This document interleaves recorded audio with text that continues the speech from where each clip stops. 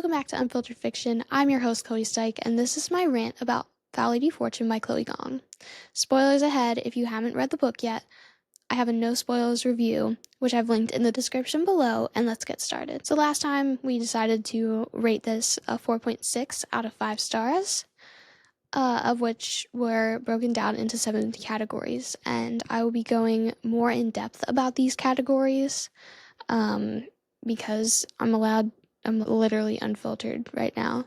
Like all the spoilers, all the rants that I've kept bottled up for the past month and a half. So the quality of writing, we rated a 4.4, but I'm not really sure how I can go much deeper into the quality of writing, more so than I did last time. It's good writing. That's all that I can say. I have no complaints about it. I don't know why you would have complaints about it, I guess is what I'm trying to say. But character development, we decided to rate a 3.9 because I'm horrible at finding it. But while I wrote this outline, I came up with some examples after flipping through the book several times. Number one, Rosalind for character development.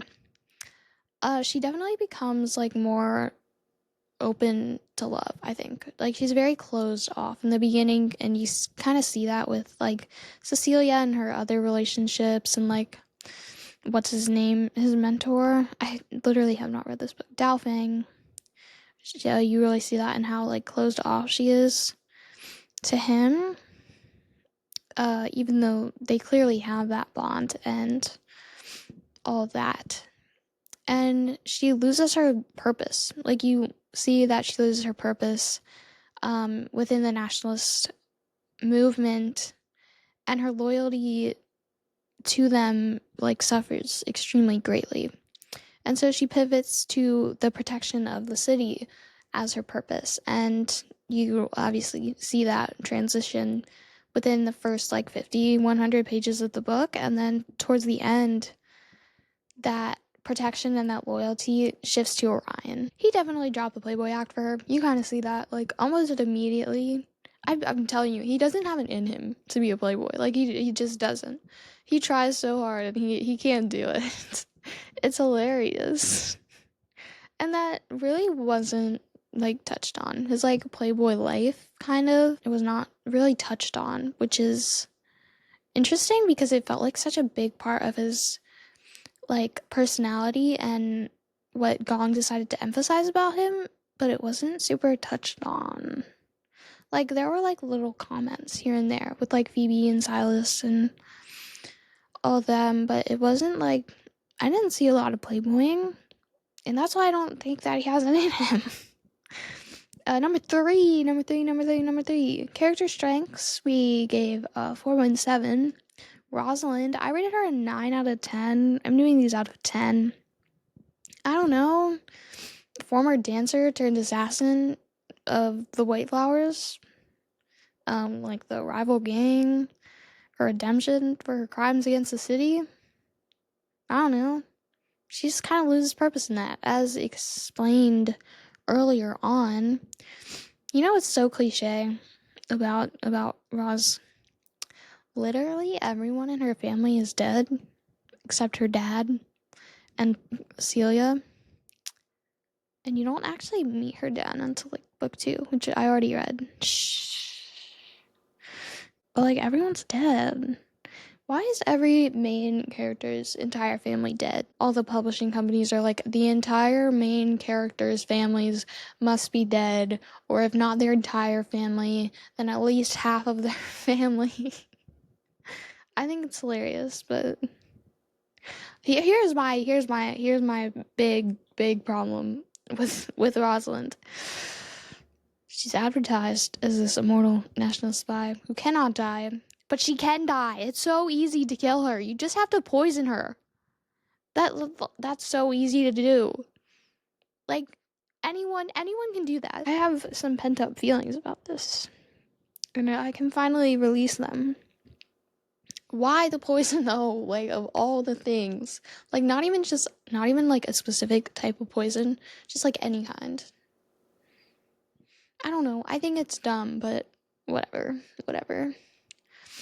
The other thing that kind of makes me mad, that her alias is Janie Mead. It's such a lame name. Like, I'm sorry if your name is like Janie or Janie Mead. I'm sorry. Rosalind does not fit Janie Mead. Like, it's such an unbelievable name. Like, how can anyone fall for that? Her personality, it does not scream Janie Mead to me. And I usually, like, I can get behind names for anyone, but not Janie Mead. Like, that's how misplaced it was. Um, she has like chemistry. Ross has like chemistry with everyone, which I think is great. I think that's hilarious, especially with Orion. Like right off the bat, like it's backhanded flirting. That's not supposed to be flirting, but it comes off as flirting because they just have like instant chemistry. I absolutely loved her relationship with Alyssa. I just love Alyssa in general. Um, TBH, but they had chemistry too. Like the friendship was the frenemies dynamic is great. Like I loved it. The another point that I want to make about Rosalind, Gong really made her response to Orion being the killer incredibly realistic. I think that if I found out like my partner slash almost boyfriend was like the killer that we'd been searching for this entire time, I think I would probably stop talking to him as well. I think a lot of other books are just like they kind of brush it under the rug a little bit and they don't emphasize the amount of trust that gets destroyed after like you reveal something like that. That's something that's so groundbreaking and you spent like the past however many months trying to like figure this out, and it turns out like the answer was literally like in the same house as you. I thought that that part was like really well written. Obviously I didn't like it.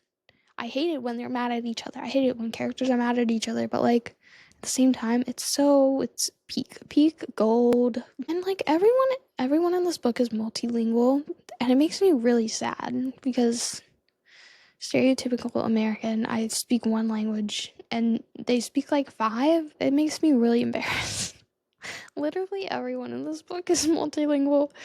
And it's probably normal. I know it's normal for like literally every single other country in the world except ours, but like it makes me want to learn a language so bad. Next character we have Orion. I gave him a 9 out of 10. I love Orion. He's so funny. He's literally the most funny character in this book, and like this is a funny book. Like I was laughing, but he's also multilingual. It's really sad. I'm so self-conscious about this now. It's been a long time since I read this book, and now all those feelings of insecurity are catching up to me. Okay, here's my problem with Orion. Where did the super strength come from? Like what? Excuse me? Where since when?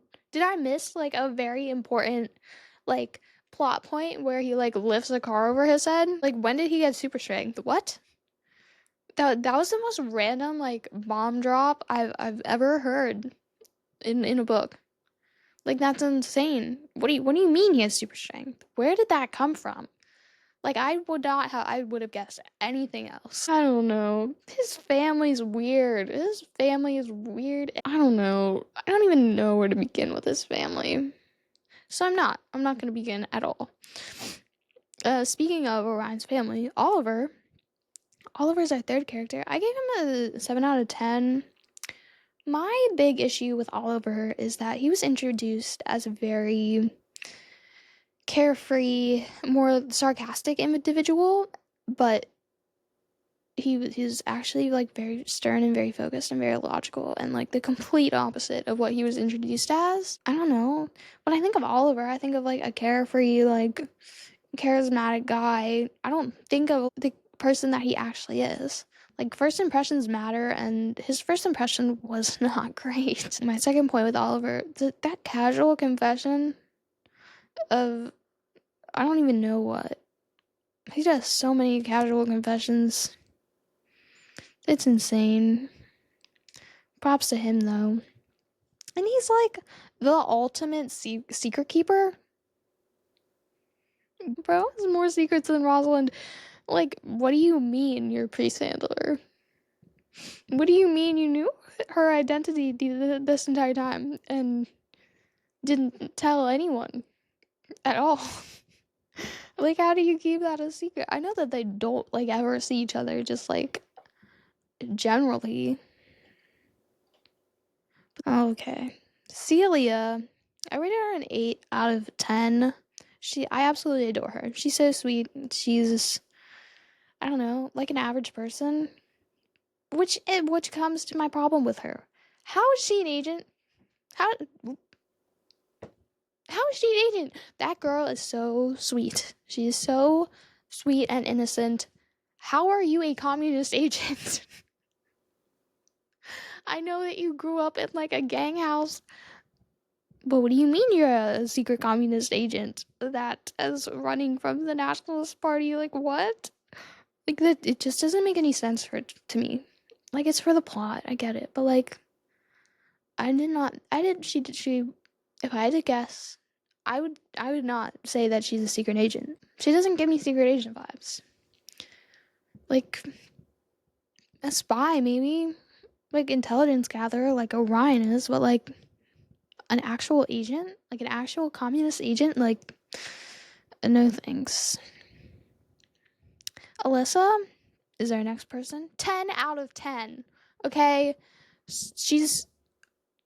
I take it back. Alyssa's the funniest. Alyssa's the funniest. Orion, you don't even come close, okay? Alyssa, top tier, needs her spin-off book. She's amazing. She's my spirit animal, okay? This is who I strive to be. I want to emphasize that I love her and Rosalind's relationship and like their mutual respect for each other and their past and how they haven't killed each other yet. But like their pasts are so like opposite yet the exact same. Their like entire family's dead and they're just working for government agencies. At least she does everything in honor of her brother. That's sweet. Who I don't know. I don't know her brother. I know he's dead, but like, is he really dead? I don't think he is.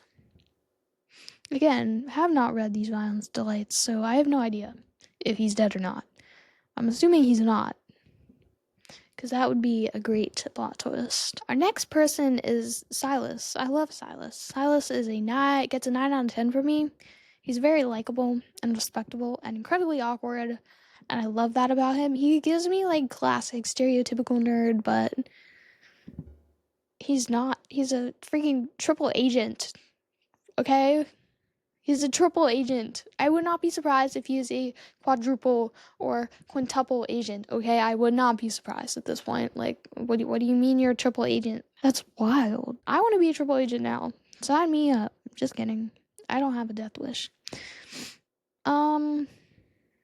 I love him and Phoebe together. I don't really care about like Roz and Orion. Like Phoebe and Silas forever. And we'll get to Phoebe in a minute. But I wanted to touch on Daofang. I gave him a 7 out of 10. He's like a reasonable mentor. He's a respectable guy. I respect him. Except for the fact that he's a communist. Why is everyone a communist? Is Orion a communist too? I mean, I guess he could be argued. Well, I guess he's now a Japanese soldier. Why is everyone a communist? Like Phoebe. Phoebe is a communist too. Why is everyone a secret communist? I love Phoebe. Phoebe got a 10 out of 10 from me. Top tier character. Needs her own spin-off. I think she did. I think there's a book about like Priest and Shepherd, and that's Silas's code name if you forgot.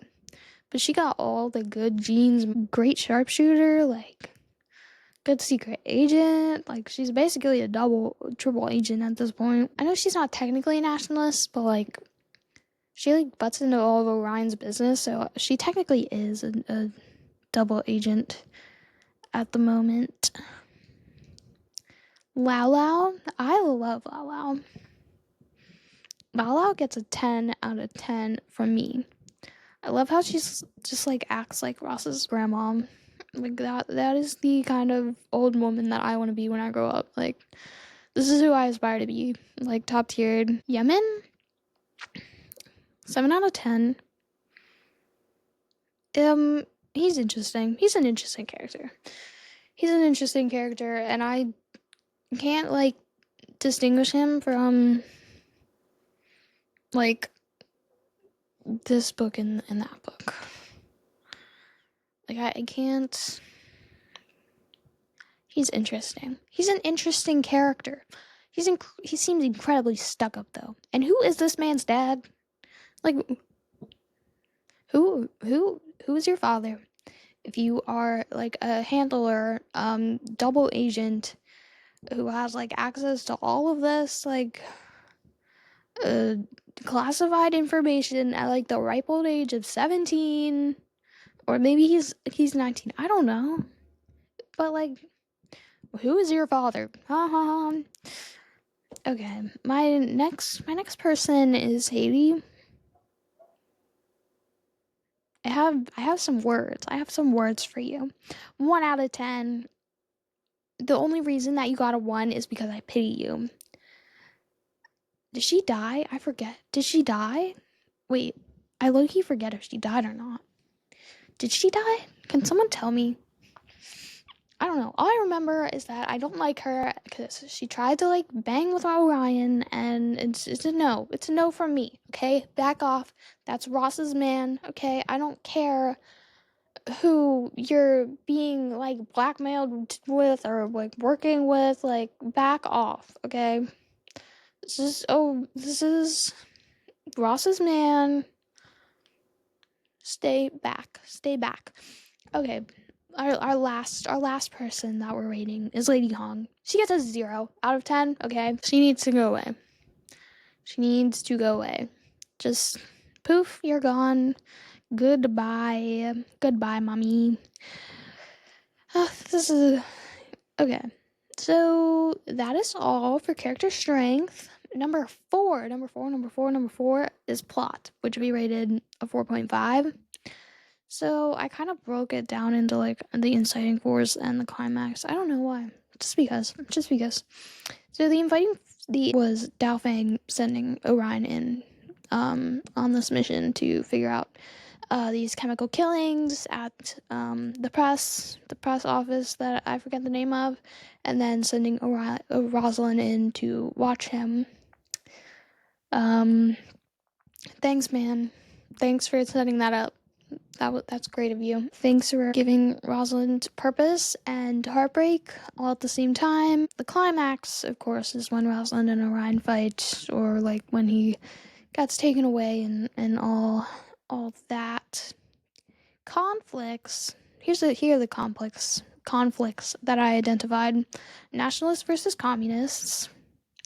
But like everyone's a communist, so it's not even like a fight at this point. Like Rosalind is like the only nationalist. Like who's not a communist at this point, except Orion, but Orion is being currently brainwashed, so and like I don't know, like trapped and captured and all that. And the nationalists versus imperialists, very realistic. Ryan versus Orion, himself versus himself. Obviously, the brainwashing that occurred, his mental instability and all that, his guilt over that, it's very real and it's very touching. And I think that like anyone with that much loyalty and that desire to make up for past mistakes, it seems real. There's also Orion versus Oliver. I don't know. They hate each other, man. It's hilarious to the point where like it's good plot, but like just make up already. I know that he kind of abandoned you and became a communist, but like everyone's a communist at this point. Name one person besides your girlfriend who's not a communist. No one. You can't name anyone who's not a communist. Okay. And then Rosalind versus her past. She's obviously very affected by it. You can kind of feel it in the way that Gong points it out in the way that she doesn't point it out, in her movements and all that, and just like how she reacts to situations and all that. My last conflict that I saw is Rosalind and Orion versus Lady Hong. I'm too riled up to comment on this. Okay, questions that I found within the plot. This is what I was confused by. I don't know. Maybe you can give me an answer to these questions that I have. My first question is, why were nationalist soldiers with Lady Hong? I'm assuming that they were like her husband's army thing and they're like working together or something. But I don't know. Were they brainwashed, like captured? Like I just don't know. It wasn't explained. There probably wasn't time to explain. But I want an explanation. Will I ever get an explanation? I don't know. Okay, question number 2. How is Daphne essentially running the covert branch of an opposing organization without completely like collapsing it? Like he basically runs covert ops for the nationalists. How is he a communist? Like how has the Nationalist Party not completely fallen apart? Like why are you not giving like these nationalists like throwaway missions that do absolutely nothing? Like is he a triple agent too? I don't know anymore. Number 3. How did Mrs. Gao manage to take a picture of Orion if it was dark out and you're like 3 stories above the alley where this murder supposedly happened?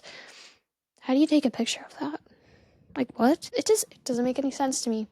Maybe I missed an entire paragraph where it just explains how did she get this picture. Okay, number 4. Did the nationalists get the photo or the communists? This is something I'm still trying to figure out. Okay? Because if the nationalists got it, how did they not determine that it was Orion and like run him down? Like I don't know. Or did the communists get it and like all over like saved him or something? Like I don't know. Okay, question number 5. Who's Gold Bar? What is going on with that weapons deal thing?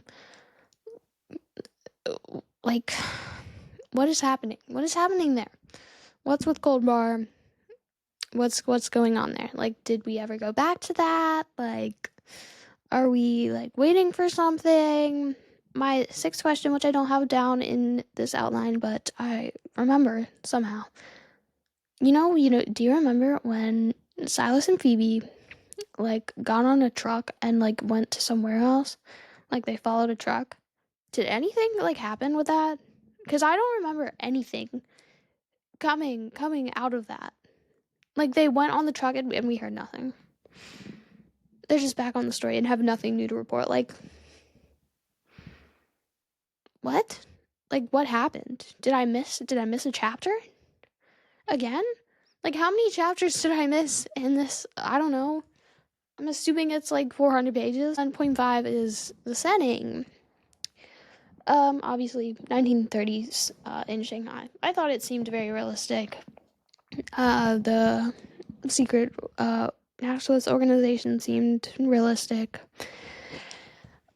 But the most realistic thing that I found were the tensions between the 3 parties.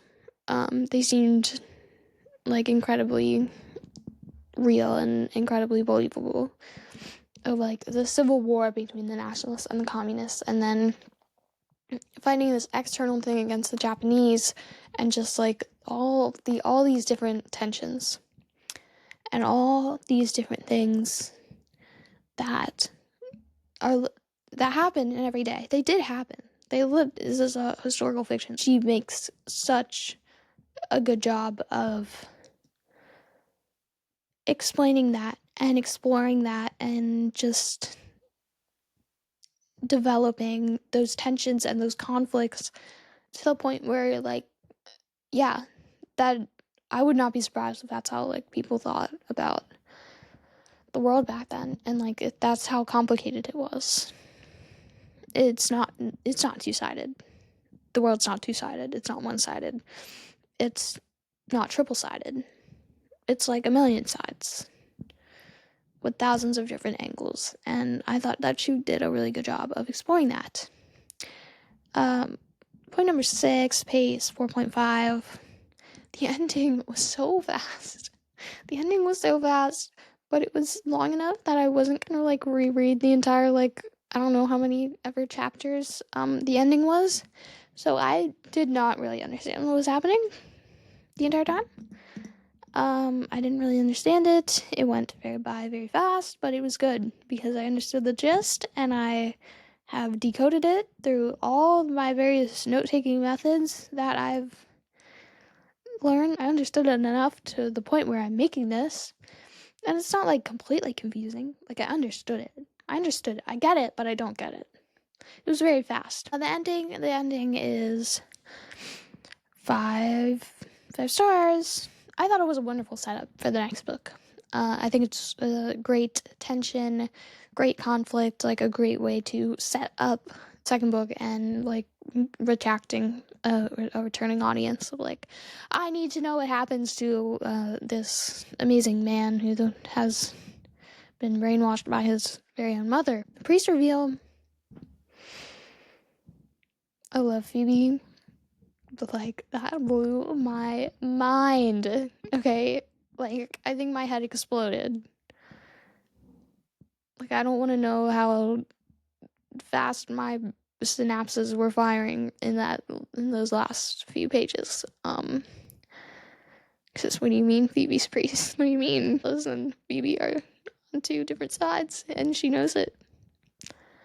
And he's desperately trying to figure out who she is. So that's wonderful. Now, I want this to be an educational podcast. Specifically educational, with that pronunciation specifically. So we're going to dive into some of the themes that I found throughout this book, because I think that is very good to explore, and that is the reason why we read books, to find theme. No, we don't.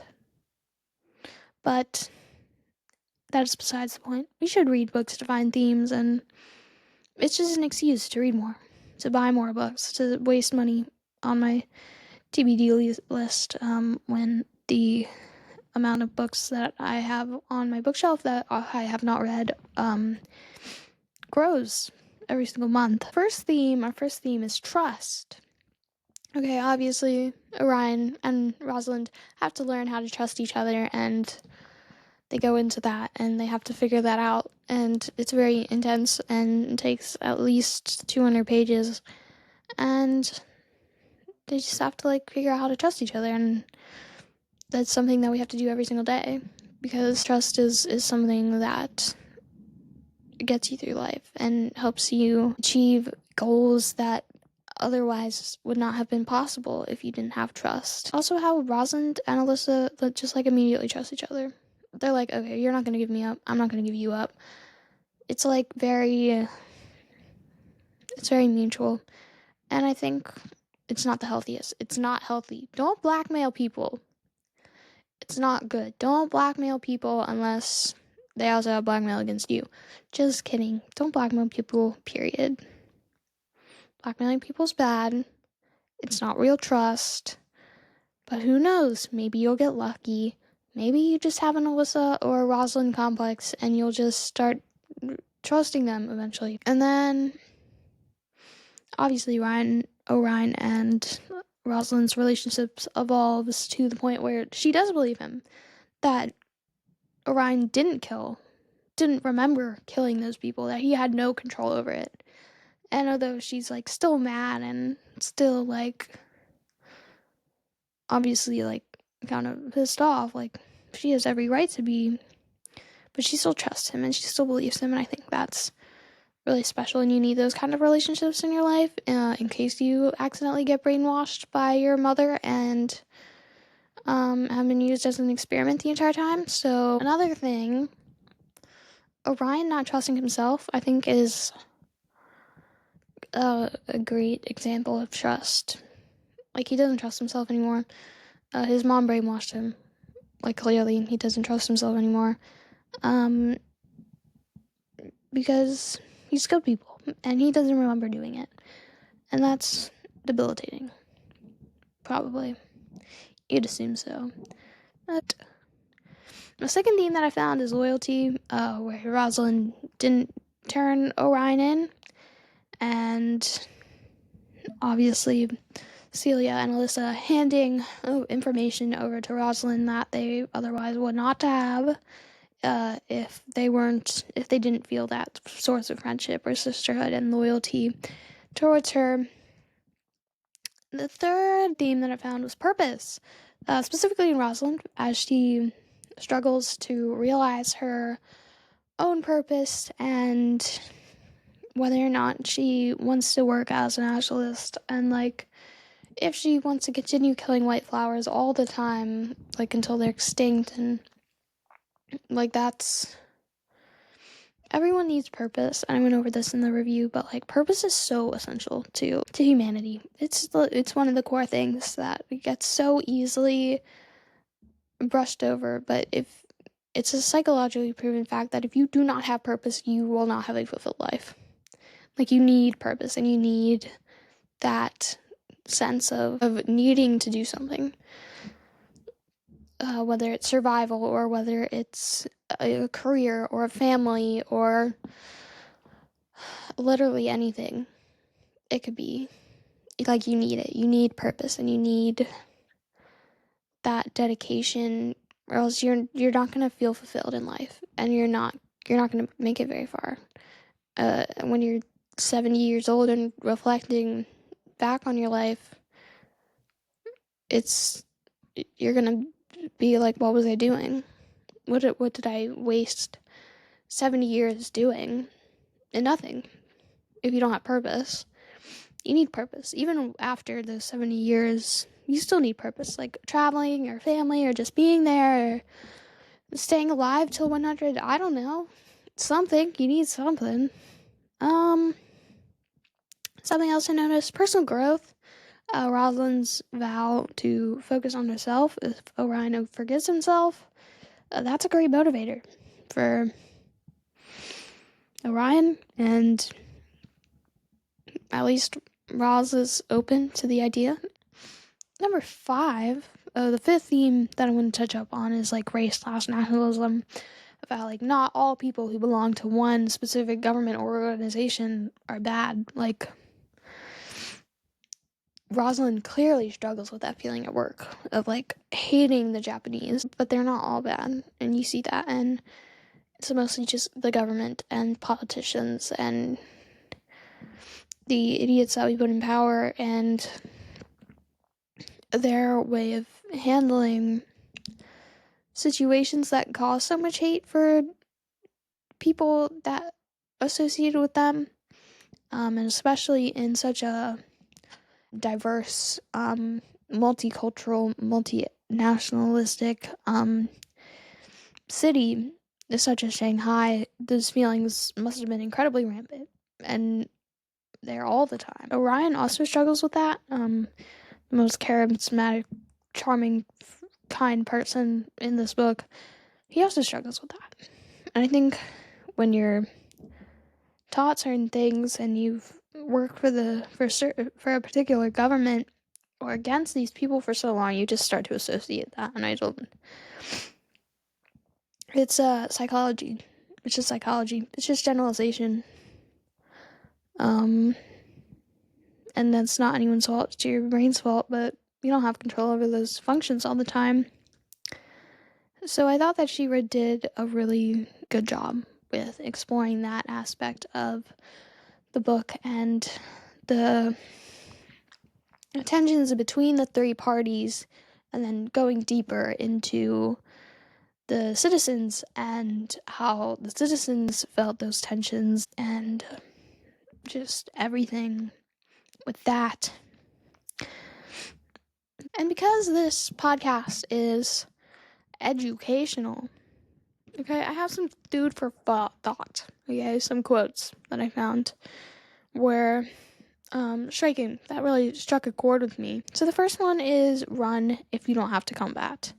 Never strike the front if you have the back. I thought it was cool. I thought it was something to think about. Quote number 2. It was more uncomplicated to assume that everyone was out to get her instead of them being victims too. Society could really use that one right now. Number 3. You cannot save the world. You can try to save one thing if you must, but it is enough if that one thing is you. It kind of ties back to purpose. Again, just things to think about. So that is my rant about Chloe Gong's Validity Fortune, and I truly hope that you enjoyed this nonsensical, completely unplanned, very briefly outlined